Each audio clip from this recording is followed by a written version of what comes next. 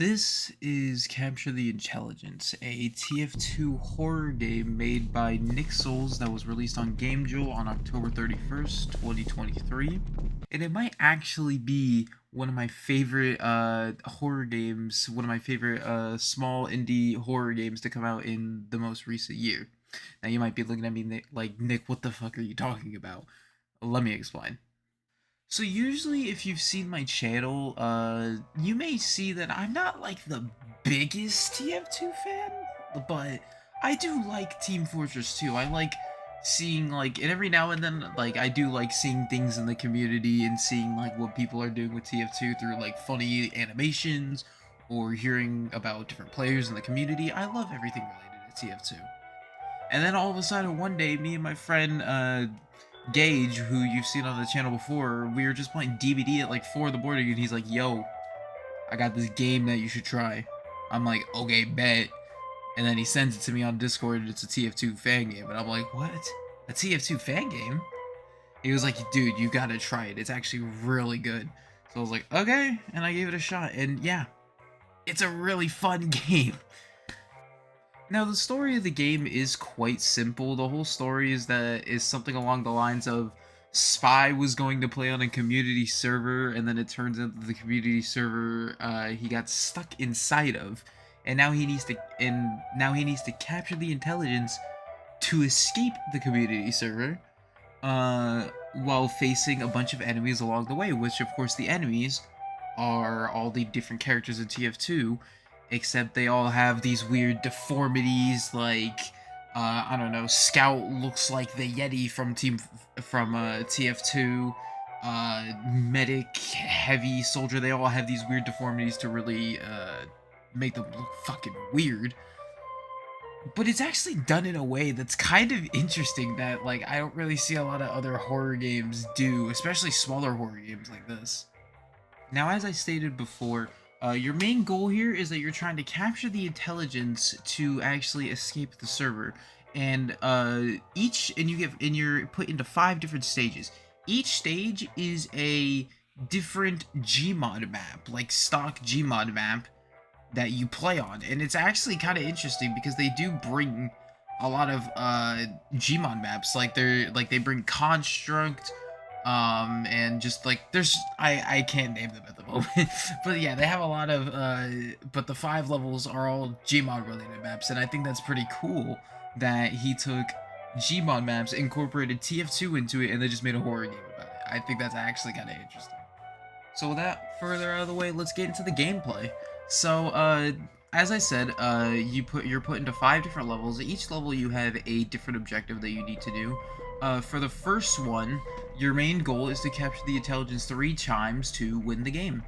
And that may seem pretty simple, but, you know, while you are walking around, there is a enemy looking for you, and it is Heavy with his own little deformities.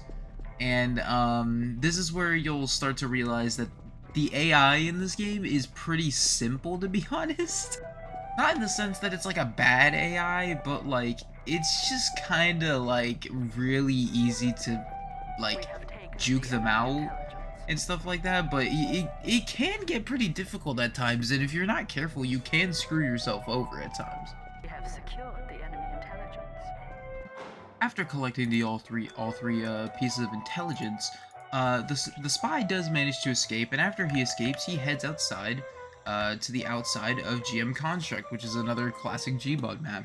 And then at that point, you're pretty much on the 2nd level, and then your next objective is to find 5 gas cans to fuel up the Jeep that is one of the base vehicles in the game, and it's also where you're going to meet the Soldier, who you probably won't realize in the first 2 seconds how to deal with, and it's most likely going to end up like this.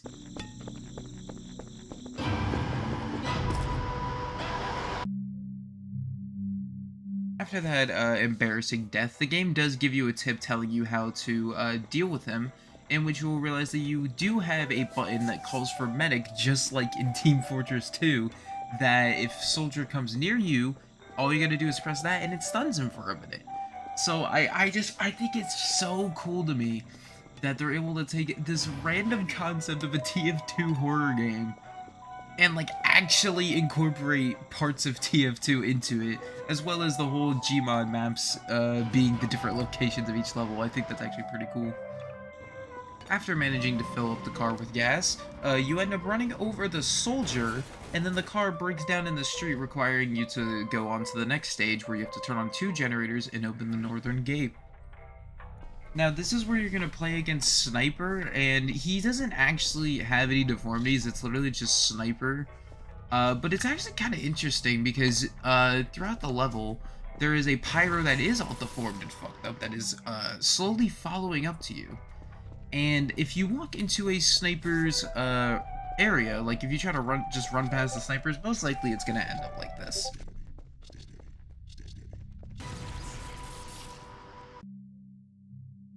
And after a little bit of playing and learning, it turns out that in order to counter the snipers, what you have to do is you have to pretty much just run a little bit, and then once you hear certain sound effects from them, then you just stop.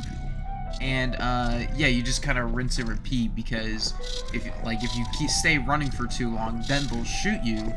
But you just have to pretty much move at a certain pace to make sure you don't get shot.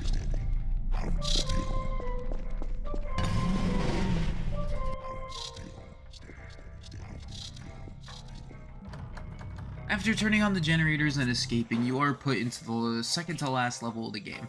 And in my opinion, this is probably where most of the effort of the game got put into, just because of the sheer amount of shit that goes on during this level. So your objective here mainly is to find the 5 key cards and use them to unlock the 5 gates up north.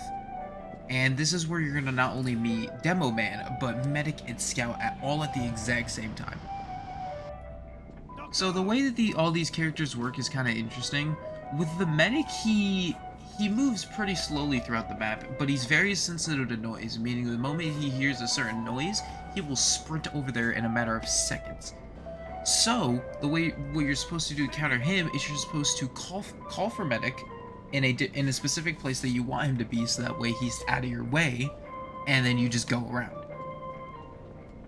As for Scout, he's kind of just the same way as Heavy, where it's just like he kind of chases you, and if he loses you, he goes back to just walking around. However, if he does lose you, he calls for Medic, and Medic will go immediately over to Scout, meaning that if you manage to break line of sight with Scout and you end the chase with him, you just gotta remember that you gotta be very careful where you go, because otherwise Medic might accidentally roll up on you, and then you're just gonna get fucked over. And as for Demo Man, he doesn't really chase you throughout the map or anything. He's not really that much of a threat. The only thing about him is that every time you go to put a key card at the door, he does make noise that can attract the medic. So you do have to be wary on where the medic is at all times. Otherwise, there's going to be situations where you go to put the key card in the door, and then you don't realize medic's like right next to you until, you know, he just corners you and kills you. After managing to escape that part, which I'm not gonna lie, it actually took me a couple times to do because it's actually kind of fucking difficult, you end up getting put in the last level of the game, which is the server room. And your objective here is to shut down multiple servers and to open the exit and escape. And this is where you're going to be playing against the final enemy of the game, being the Engineer.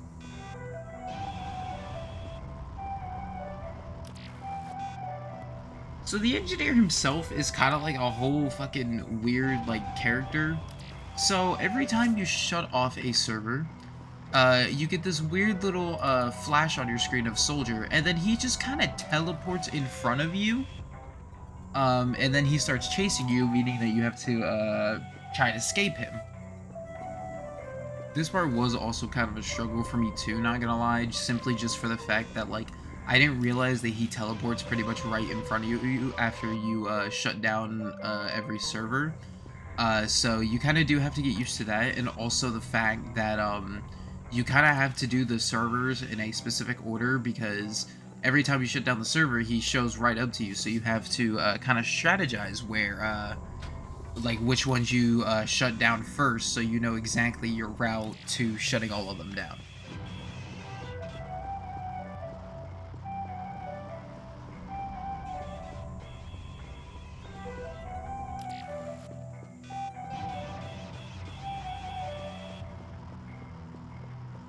And finally, after shutting them all down and managing to escape, you end up actually getting the intelligence only for the engineer to stop you. And then you wake up and realize that it was all just a dream. And then you wake up and realize that you get disconnected from the server, which is just kind of funny to me.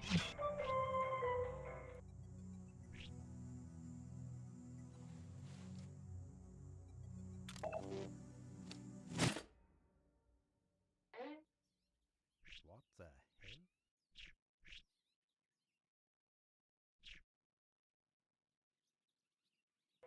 And then after this, the spy has his little moment of excitement because he finally escaped, only to hear a presence at his door, to which he gets a little bit nervous about. And when he opens the door, he sees all of his friends, but they're still all deformed as fuck. But it turns out he's just going mentally insane because of everything.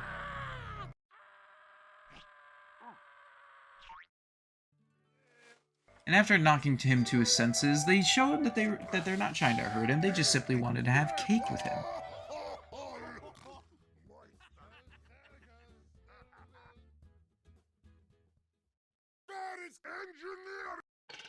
And while the whole gang is enjoying their cake, Heavy makes a pretty good observation that Engineer isn't there. And then it kind of plays us this cool little cutscene of Engineer still being stuck in the world. And then that's the game. Yeah, that's literally the game. Now you might be sitting here thinking like, Nick, that's it? Like, you're getting this excited over this game? Why? It makes no sense. It's just some little tf2 horror game. And the reason I'm so, like, just, like, enthralled into this game is just for the fact that it's like, I don't really see a lot of horror games like this nowadays. Nowadays, it feels like every horror game is just kind of, like, forced in a way, if that makes sense. It's like you're always doing some objective where some enemy is coming to kill you regardless, and then it tries to build up all this tension, and you know, it's doing all these different things to try to scare the player. But I feel like because of that, it doesn't really actually scare you because it spends more time building up the tension than just straight up giving you the scares. That's why I feel like mainly games like Five Nights at Freddy's work so well, because not only was it able to build up tension, but it was able to give you the scare and actually kind of be effective. And the same thing goes for this game, is that, you know, it builds up the tension by just giving you this dark and eerie place that you're in while trying to complete an objective. And the jump scares are still, like, in your face. Like when you hear somebody chasing you, you know, because it plays a loud sound effect and it, like, tries to build up this tension while still trying to scare you in your face with these characters. And I just think that that's actually really cool because not a lot, it just feels like not a lot of horror games nowadays do stuff like that. Now, as for the future of the game, the developer is actually keeping up with updates for the game and letting people know what he's planning on doing, which is kind of crazy to me. Like, he announces stuff like a custom mode, which almost kind of looks like a custom night of, like, FNAF, where you could just set the difficulty of every character to whatever you want and just go against them, which I find just kind of cool. And they're planning on making an update called version 1.1, the Tower Update, which seems like it's going to be another level with one of the famous community maps on TF2. So I just think it's kind of interesting that even for a small, like, TF2 horror game, the devs are actually putting their time into it to actually make it seem like it's more than just a simple TF2 horror game. And I don't know, I love games and developers that do stuff like that. I just think it's kind of interesting. So, would I actually recommend this game to anybody? Yes, I actually would. I do think it's actually a really fun game. I'm actually gonna put it in the description of this video, so if you want to play it, you can go to the link in the description. It's completely free on GameJolt. You just download it, open the file, and you're off. You're playing the game. And I don't know, I think it's really cool. And I feel like this game should get recognized a little bit more, just for the fact that it's actually, like, a decent quality TF2 game. I don't know. I think it should deserve a lot more attention than what it is kind of getting right now. Even though the game is popping off, I think it just deserves a little bit more attention because it's actually a really cool game. But yeah, I just wanted to make a little video talking about something that I was just kind of interested in. Um, it's been a while since I've kind of done a video like this where I just kind of go over a certain thing and just talk about all the different parts of it. I just really do enjoy this game a lot, and hopefully this game keeps getting updated with cool and new little things, because I think it kind of deserves it. It's actually a pretty fun game. But yeah, so thank you so much for watching. If you get to the end of this video, make sure to like, comment, and subscribe if you're new, and if you want to see more videos like this, let me know, because like I said, I do enjoy making videos like this every now and then, because it's nice to be able to not just sit here and play a game for like over an hour, and I get to just talk about something that I find kind of interesting.